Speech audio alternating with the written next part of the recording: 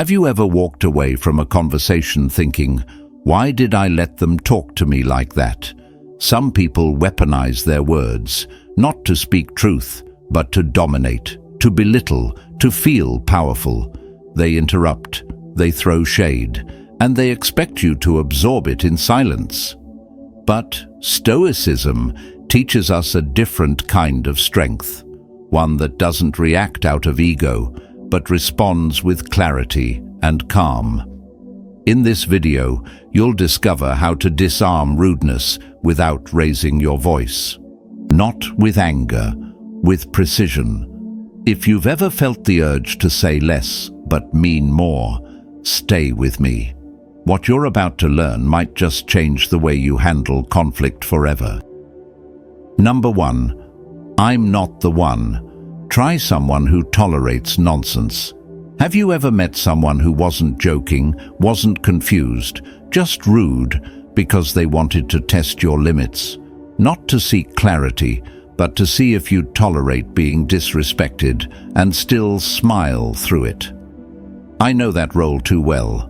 I used to play it.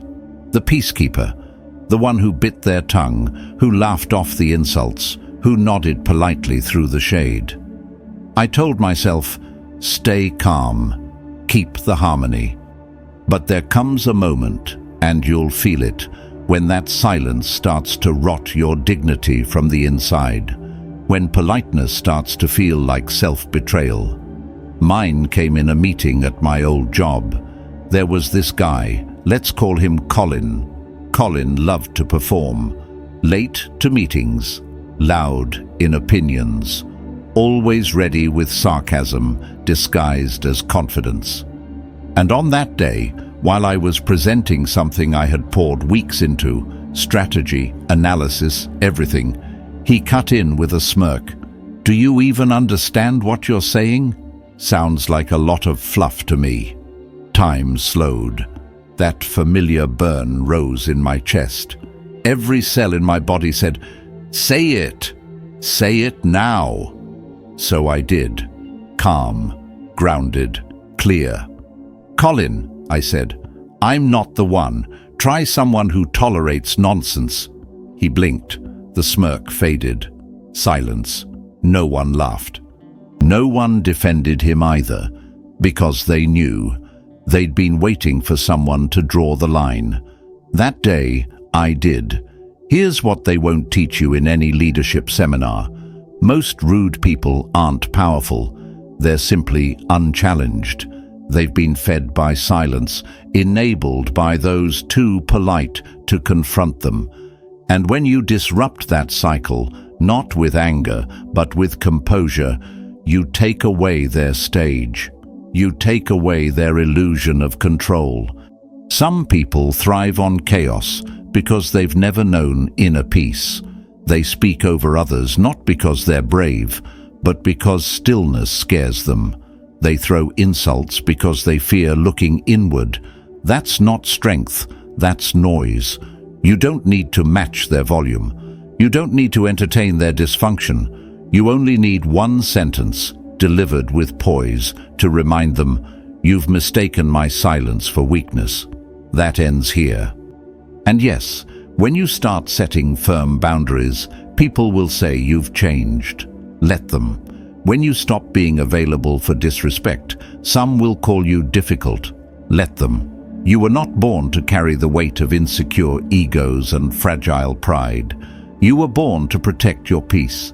And peace, my friend, is a discipline. So the next time someone tries to cut you down with sarcasm or play superiority games in front of an audience, you don't need to raise your voice.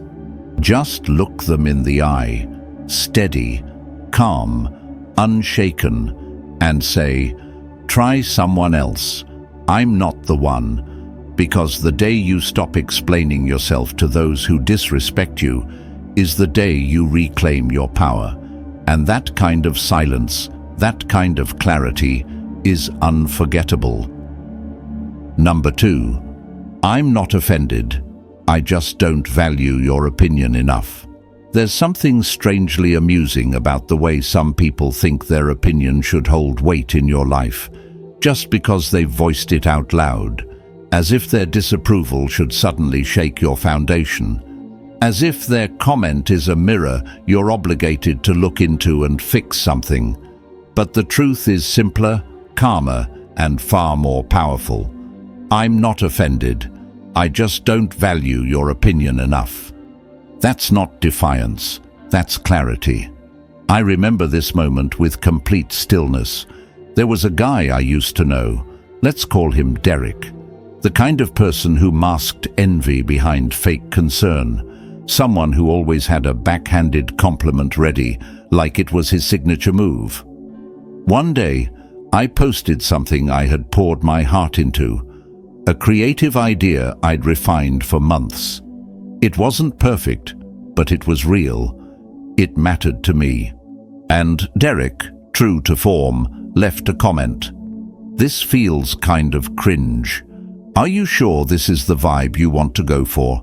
But this time, I didn't defend. I didn't shrink. I didn't explain. I simply replied calmly, "I'm not offended. I just don't value your opinion enough to care." No anger, no sarcasm, just truth. Here's what most people don't realize. Not every opinion deserves a seat at your table. Some people speak not from wisdom, but from unprocessed insecurity. They haven't built anything real, but they hand out critiques like they're qualified. And if you let every comment enter your mind, your soul becomes a forum. You lose peace trying to please noise. Stoic philosophy teaches us this. Your mind is your domain. Protect it. Marcus Aurelius reminded himself daily that the opinions of others are not facts. They're reflections, and often the reflection reveals more about them than you. You ever notice how the loudest critics are often the ones furthest from the arena? They're not in the fight. They're not creating, risking, showing up. They judge from the sidelines because it's easier to spectate than to participate. And when you respond with calm indifference, not with ego, not with rage, but with complete inner stillness, they lose their power. You don't need to be offended when someone unqualified disapproves of your path. You simply need to remember, their voice is not your compass. It's not arrogance. It's self-respect. It's the realization that not everyone gets access to your emotional energy. And the moment you stop chasing approval from those who don't even understand your vision, that's when you begin to walk freely. So next time someone throws shade, wraps their jealousy in a joke, or tries to dress their disrespect as just being honest, pause, smile, breathe, and simply say, "I'm not offended. I just don't value your opinion enough." That's the kind of power they don't know how to handle, because nothing is more unsettling to the insecure than a person who no longer needs their permission to exist. Number 3. That's a strange way to beg for attention. Some people don't insult you because they're honest. They insult you because they're starving for recognition, for relevance, for someone, anyone, to notice them. It's not about truth.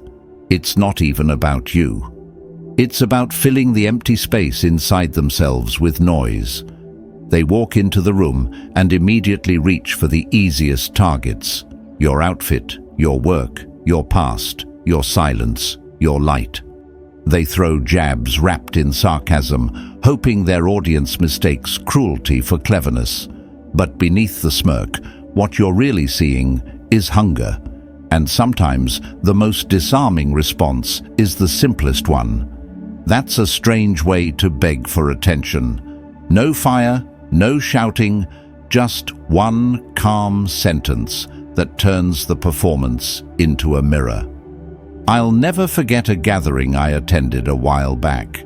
It was relaxed, good people, easy energy, until Ethan, the guy who always needed to be the center of the universe, started doing what he always did, making jokes at other people's expense. Loud, cheap, pointless, And then, of course, he turned to me with a smirk and said, "Still working on that little project of yours? Must be nice to have so much free time." The old me might have laughed it off or launched into a justification, but that day I didn't. I looked at him, smiled slowly and said, "That's a strange way to beg for attention. Do you need a hug or something?" The room went silent, not awkward, clear, because everyone saw it for what it was, not wit, not charm, just insecurity in disguise. Here's the Stoic truth. People who constantly try to bring others down are usually drowning in their own unacknowledged fears. They insult to distract from their own stagnation. They get loud because silence would force them to sit with who they really are.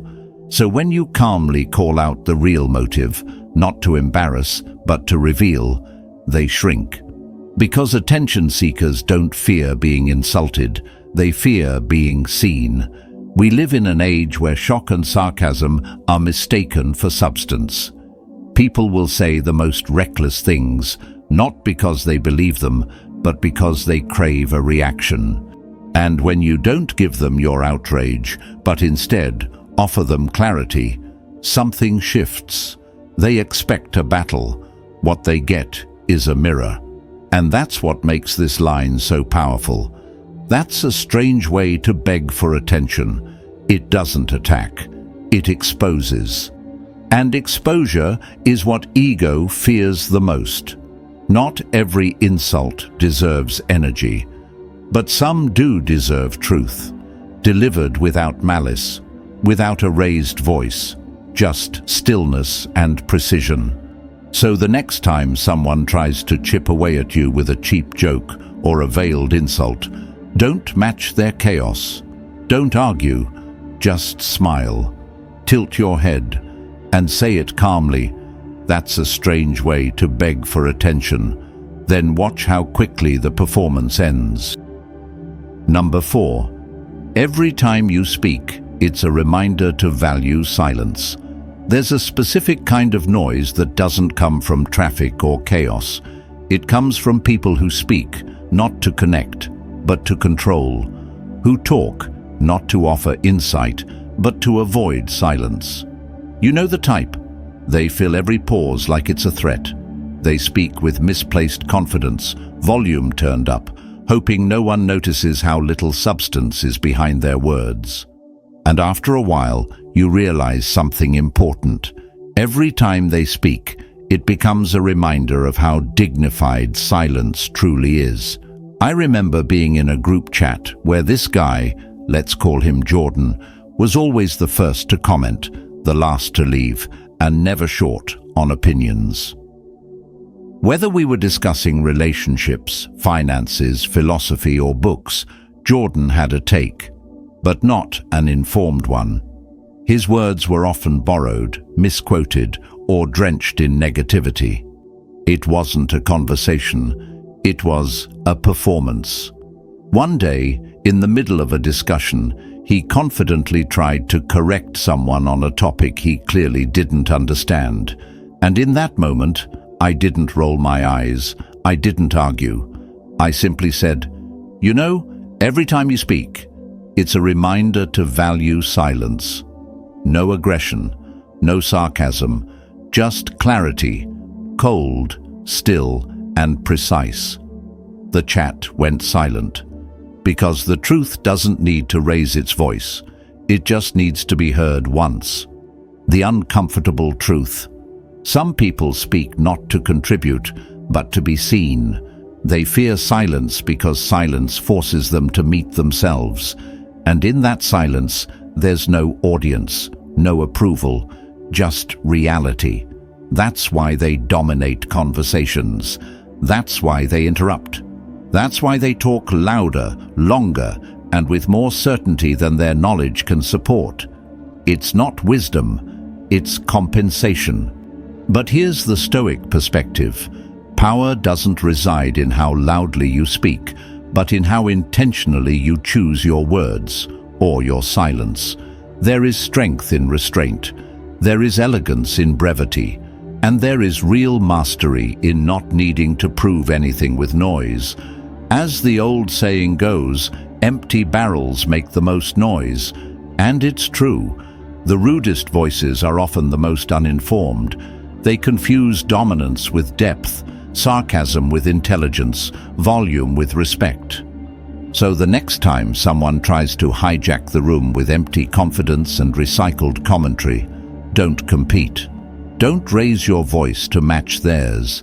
Just look at them, steady and composed, and say, every time you speak, it's a reminder to value silence.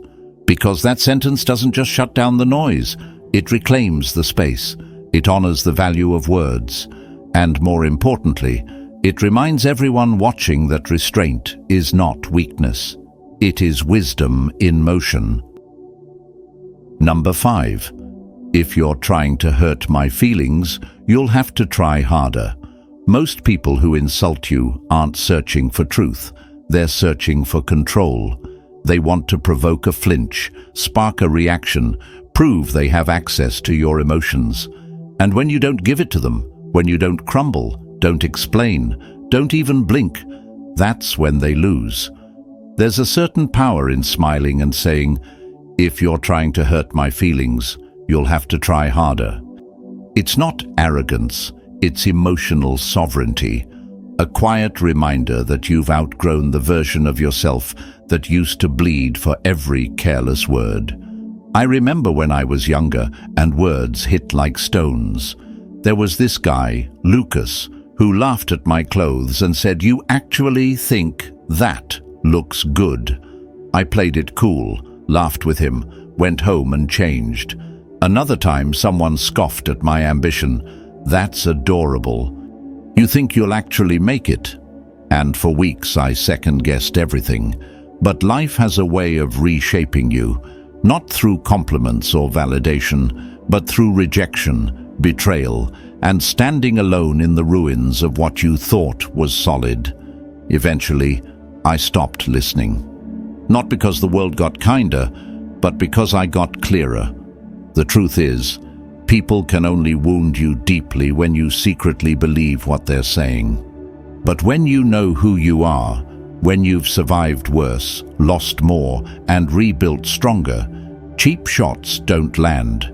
They bounce off armor forged in fire. So now, when someone throws shade or aims a low blow, I don't get defensive. I look them in the eye and say, if you're trying to hurt my feelings, you'll have to try harder. Because if you think a passive-aggressive jab is going to shake me, you clearly don't know my story. Here's the harsh reality. Some people feel tall only when you shrink. They want you insecure. It makes you easier to control. They want you emotional, so they can twist the narrative.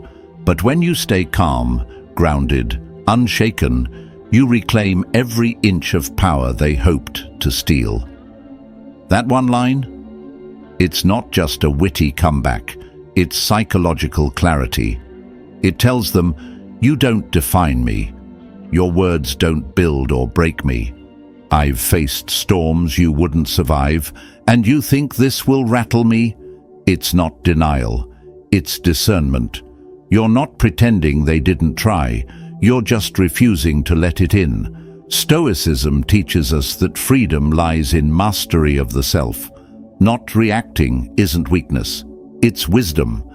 And when you've cried, failed, been misunderstood, and still kept going, trust me, a cheap insult doesn't deserve your energy. So the next time someone tries to bruise your spirit with a fake joke, a snide comment, or an obvious dig, don't match their energy. Just smile and calmly say, if you're trying to hurt my feelings, you'll have to try harder. Then walk away, not in retreat, but in triumph. Because silence from someone strong is louder than any scream from someone who's still trying to be seen. Number 6. You're not on the level to get a reaction from me. Why does this line cut so deep? Because it doesn't insult, it dismisses. It doesn't raise its voice. It doesn't try to win the argument. It simply removes the other person from the equation entirely. It tells them, without theatrics, without emotion, that they don't even qualify for your attention, let alone your reaction. There are two types of people in any confrontation: those who seek understanding and those who seek control. The second type isn't chasing truth, they're chasing chaos. They're not debating, they're performing. And their stage? Your emotions. But this line, "You're not on the level to get a reaction from me," is a quiet demolition of that stage. It tells them, "You don't get to pull me into your circus.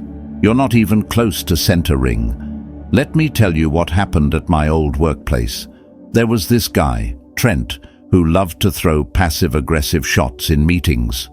Not because he had anything to add, but because he thrived on discomfort. One day, I was presenting a new idea.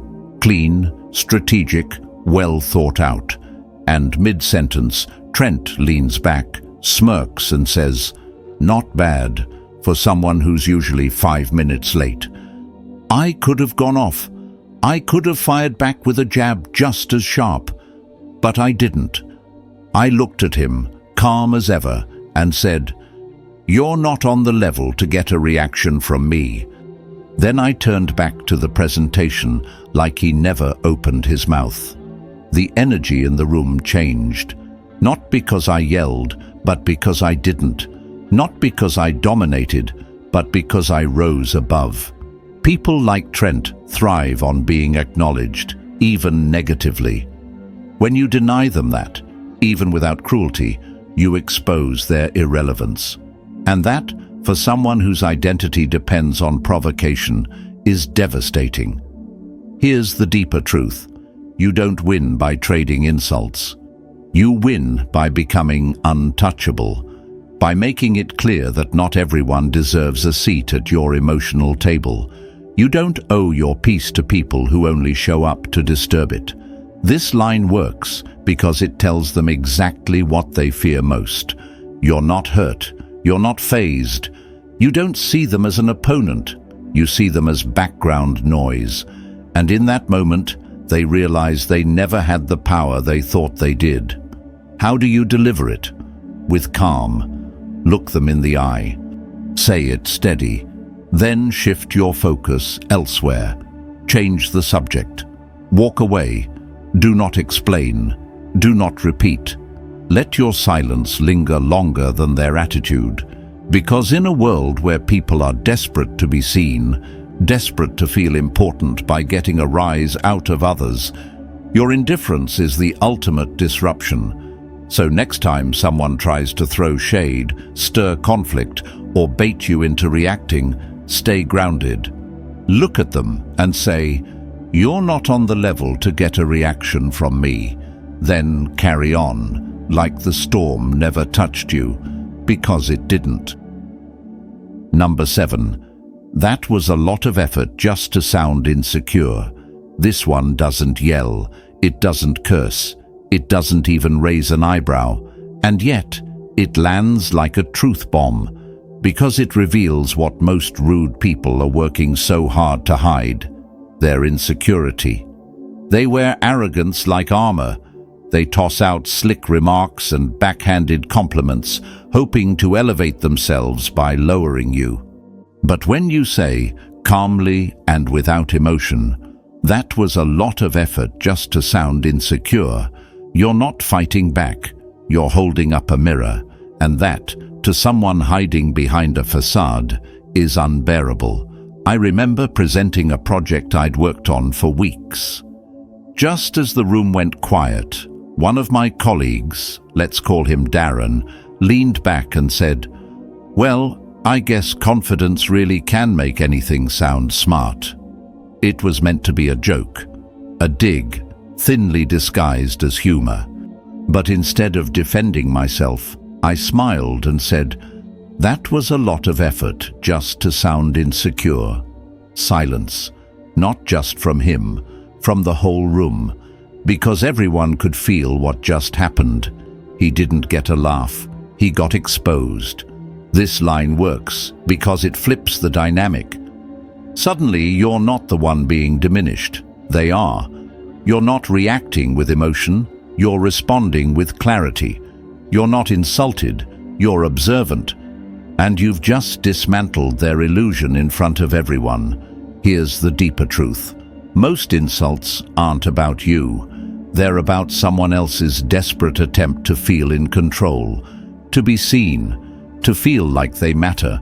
But when you don't react, when you remain calm, composed, and unshaken, they lose the one thing they crave: emotional leverage. And by calling out the insecurity hidden beneath the attitude, you take their power and make them reflect, even if just for a moment. Pro tip: after saying it, pause. Let the silence speak for you. Don't explain. Don't add to it. Let them sit with the truth you just handed them. Because the real sting isn't in the words. It's in the fact that everyone else sees it too. So the next time someone throws shade masked as wit or wraps a jab in fake politeness, remember, that was a lot of effort just to sound insecure. Say it with calm, say it without flinching, and let your silence do the rest. Because when you master your response, you master the moment. And when you master the moment, you become untouchable. These comebacks aren't just clever responses. They're quiet boundaries, calm declarations, stoic reminders that not everyone deserves your energy. They say, you don't get access to my peace just because you're loud, because real strength isn't proven by how loud you react, but by how little you let someone else's chaos touch your center. So the next time someone tries to provoke you, insult you, or undermine your confidence, don't let them drag you into the storm. You don't need to shout. You don't need to fight. You don't even need to explain. One calm sentence, delivered like a scalpel, not a sword, can cut through the noise more powerfully than any outburst ever could. Let them sit with the weight of their own words. Let your silence echo longer than their attitude ever could. Say it with a steady voice, then walk away. Not because you're weak, but because you're focused. You have better things to build, a mind to sharpen, a life to protect. If this video resonated with you, drop "Stay silent" in the comments. And if you'd like to keep mastering the art of strength through stillness, hit subscribe quietly. There's more to come, and it's exactly the kind of wisdom that doesn't shout to be heard. Until next time, stand tall, speak with purpose, and protect your peace.